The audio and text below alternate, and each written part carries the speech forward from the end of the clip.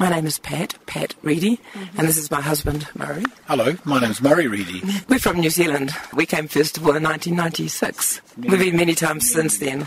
Our guide on our very first trip was our good friend, and we just were amazed at what a beautiful country it was. And we already operated a small tourism company in New Zealand, taking people to places like China, but we've brought as many people as we can to Pakistan. We've also been doing some work, what we call it village support, in the rural areas in the north. Small things like maintenance of schools, English-speaking teachers for village schools. Well, we've been doing that. We did that for quite a long time, just by ourselves. Those projects, we're not using those now because the village that we were working with, Miskar village, now that's close to the China border, and politically it's not possible for foreigners to go there. And also, well, you know about the tourism downturn. The Western travellers have not been thinking about coming to Pakistan in recent years. We've managed to bring quite a lot of groups of people here, special interest groups. Probably almost 10 years ago now, I brought a group of women, which was really interesting because we met with women in their homes and women in their craft cooperatives, and women in all sorts of ways of life, women in the villages in the north.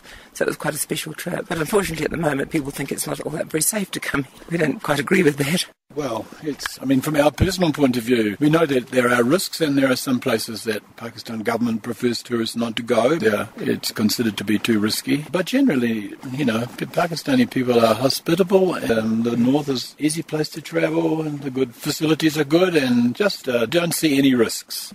I don't know, 10 or more years ago to go to our friend's wedding in Karachi. But otherwise, it's always been from Lahore North. But this trip, it's the first time that we've been to this area, and it'll be the first time to visit Skadoo. Yeah. So not to Baltistan, or we didn't go to Kagan Valley. But we've been to Chitral, many trekking valleys up in the north. This is an opportunity for us to see something different. This trip is just a group of friends and the six of us. So one of our friends was very, very keen to go to the Shandor Polo tournament, so we said, well, why not? Two other friends wanted to come, so... My hand up and said, why not? I should go also. And we were going to. I've driven over Shandor Pass, but not playing polo when I was there. And I'd been to the polo tournament already one time. Pakistan it's like a jewel, really, in the crown of Asia, because India has beautiful places, Nepal, Tibet. Wherever there are mountains, I think that those places appeal to us. And when you can put the beautiful scenery together with interesting culture of the people and the good amenities like this, I think, Pakistan is definitely, in my view, world rank, top 5, definitely. We flew into Islamabad. Yeah, we drove. By road. The Kagan. Bumpy. Well, it's obvious to us, the Kagan Valley, big earthquake, that tragedy 5 years ago, and then reconstruction work, and then that huge flood and everything. So how can the roads be smooth? How can they be smooth? And this place here, one of the most active parts of the world's crust, is always moving, and earthquakes and flooding and things like this. The people that we do bring, we would say that the road is rough and the journey will be slow, and be prepared.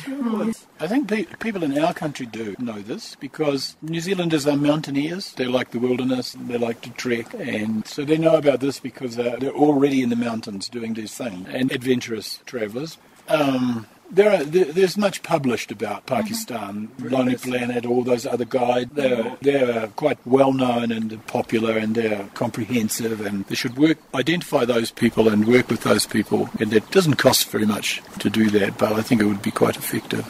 I think that anything that can be done to make it easier for people to visit would be helpful. And one of the barriers is the visa process. People have to apply for visa. It costs a lot of money. Sometimes in some countries it's easy. In New Zealand it's quite easy to get a Pakistani visa. But I know that in other countries, and my friend has told me that in some other countries it's quite hard. One way of dealing with this would be to provide selected countries, as many other Central Asian countries do, visa on arrival. Easy. And online visa application, preliminary application. People can be granted visa on arrival.